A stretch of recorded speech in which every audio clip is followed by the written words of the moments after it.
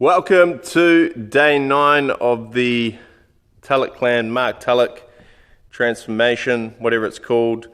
Today we're going to be talking about dealing with special occasions, dinners, events, birthdays, and the like.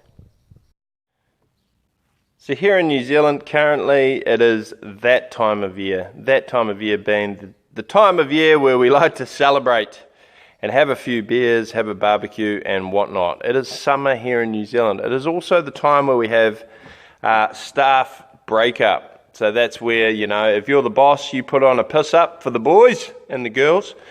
And if you are a employee, you turn up to the piss up that the boss put on. So I'm the boss of my business, so we're expected to put on a bit of an occasion.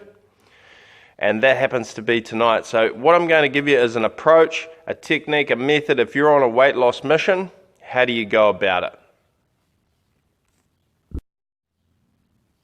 Tip number one. Tip number one is you've got two options. Option number one is to maintain the discipline of a Shaolin monk. Turn up to your party, drink water, have a few cheese snacks out of the hors d'oeuvres section, maybe a high protein sausage or whatever, and stick to your plan. Okay, that is option number one, and that's not a bad option. It's not a bad option. Okay, if everybody knows that you're doing this nutrition plan, you can kind of just slip through the cracks. No one's gonna bother too much, and you just stick to your plan. Option number two is you do what I'm doing. You do a 48-hour fast leading in. You treat yourself a little bit. And then on the exit, you do another 48. Okay, just to get things. You probably even end up with a better result than just maintaining. Because remember, I'm on a weight loss mission. I'm not on a weight maintenance mission. I'm not on a weight up and down mission. I'm on a weight loss mission. So, as we know, we're coming up to the end of day 9. Okay, day 9, we're coming day 9. And that means we're coming up towards the end of the fast, right? So what we try and do is we think ahead and we time fasts around occasions. So, tonight I'm going to avoid alcohol, so I'm not going to go crazy. I will avoid alcohol. I'll have my normal intake, which would be some protein, some salad, because there's going to be a lot of nice stuff, but the reality is I'm probably going to have a few sweet treats. The sweet treats, we've done a little bit of a message out to all of the people. We're having a little bit of a bring a plate, as well as me putting on the barbie, and what we've got as far as sweet treats goes, we've got some brownies, we've got a cheesecake, we've got a pavlova coming, so I'm probably going to try those things. But I'm committed to not going overboard, keeping the portions in control, and then at the end of that, doing a 48-hour fast. So I should come out of it having lost weight, okay, across that entire 4-day period. I will go boom, boom, boom, have a little meal, maybe a spike in calories. It might spike up 1,000, 1,200 calories. And then I'll just be fasting again. Boom. Okay, so that is a really good approach and a really good strategy. Okay, if you're coming into this season where you need to be indulging in staff parties and whatnot. Alrighty, so next thing we're going to talk about is our alcohol consumption. Okay, alcohol consumption. The thing to remember about a drink of alcohol, when we crunch the numbers on it, if you have a beer, just a standard beer, I think it's somewhere in the vicinity of 300 to 500 calories, depending on what you're doing. So it's very much, you're going to have a calorie blowout if you have a good night out on the piss. Okay, that's the thing to remember. So, damage control, we look at what we're drinking. we go for spirits. So the vodkas, your whiskeys, your bourbons, we go for spirits. And then we go for water, soda water, and blasphemy, diet drinks. Okay, we get some zero drinks. It's not ideal, but we're talking about damage control. Okay, damage control. This isn't an ideal situation. We're taking you out of your nutrition plan, and we're putting you into an environment with sinners, dirty eaters. So we need to make sure it's damage control city. Yeah, so I guess that is a nice bit of practical advice here for you, because the reality is we're going to have nights out. We need to budget for these nights where we're going to have a good time. We are not robots. We are not looking to live this boring, dull life. It's about finding a balance. Now, sometimes the balance goes too far the wrong way, where we have too much fun and we overindulge. It can go too far the other way, where we are fitness Nazis. We are fitness Nazis, going too hardcore, not rewarding ourselves and not enjoying life. I don't want you to feel bad. However, do not forget the overall goal here. Okay, the overall goal is to get this weight off your body, establish this health and fitness lifestyle. Things like this should not be popping up all the time. Okay, this isn't we're going on benders 5 days a week. Okay, this is like we're having an occasion once every month. Alright? Now, let's cover off another closely related topic to this. Very closely related. It is the topic of road trips, travelers, workers, road workers, all of that.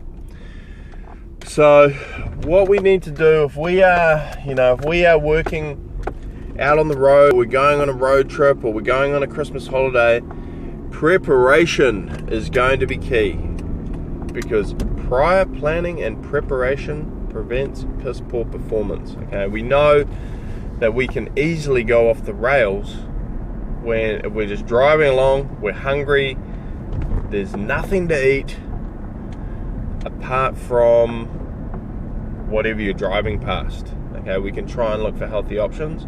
It's the same thing with this driving out on the road. Okay, we need to plan it out. Okay, this is not really the same as, a special occasion, unless it's like a trip, a holiday, or a vacation that you're going on as a one-off. Then either way, you've got to get highly organized to make sure that we're not blowing out. Okay, and what would I say? What would highly organized mean? What that means is, let's give you the practical advice. In the vehicle, we don't have soft drinks. Okay, we have water. We've got our water. We might have some green teas made up. We might have a little bit of kombucha. And if we're going to stop for a coffee, we're going to get a long black. All right, so remember that. Now, food, ideally, we're fasting. Okay, so we just go from location to location. We turn up at the new location. We cook our meal, or we have a healthy meal, a low carb meal, and then we're good. But, okay, if we've got kids, we're traveling with kids, we're traveling with family, we might be traveling with other people, there's going to be a whole lot of opportunities to cheat on our nutrition plan, and we just cannot go there. Okay, we do not want to go there. So it's about avoidance. Get all of these things out of the way. Get them out of the car. Don't be cruising with bags of chips and all of the kids' snacks and all of these sorts of things. We want to keep everything as healthy as humanly possible, okay, in a practical way. Because, why do I say all this? Because I've got a road trip coming up. So this series isn't just about me coming on, showing you my fat body, and then 28 days later coming on and showing you my thin, slender, ripped, shredded body. Okay, it's about showing you how we got there, the journey, the practicalities of it. Okay, I'm a real life living human being with responsibilities, kids, stuff to do, places to be, trips to make. So it's about showing you how we do this practically. Okay, practically, not how we do this just from a theory point of view. Oh yeah, go and eat healthy food. That's the plan. Go eat healthy food. No, that doesn't work. Obviously, there's a whole lot of psychology behind this. And there's a whole lot of life that happens to people when they're trying to achieve these goals. Life happens. Okay, life just happens. So we've got to make sure that we've got practical plans in place to deal with real life situations. They're called contingencies. It's planning. Okay, it's planning. So, if you know you've got a road trip coming up, if you know you're the type of person who puts on weight while they're traveling and has a whole lot of crumbs, okay, in their dash area, that's how I know whether you're a porker. Okay, you've got a whole lot of crumbs in your dash area, because whenever I'm fat, there's like little pie flakes all through my dash, and I can't get pie flakes out unless I go get the car groomed properly. So if you've got a whole lot of flakes and crumbs through your car, chances are you probably eat crap food in the car. If your car's immaculate, chances are that you don't. So we've covered off a couple of practical topics today here. We've covered off going to a party, going to a piss up, going to a function, a do, something that's out of the ordinary, that's going to throw you off of your nutrition plan. We know the strategies. 1, be a monk. 2, fast before and after. Then we've talked about, in summary, we've talked about going on road trips or going on holidays. We need additional planning. This is the power of the 1 meal a day, because really the planning is a minimal. All you need to do is get to location, find healthy food, eat. But we know that temptation's in the way, so avoid all of these shitty foods during the day and have your healthy meal. Okay, that is it, team. We're calling it a wrap. Well done. We'll let you know how we went tomorrow.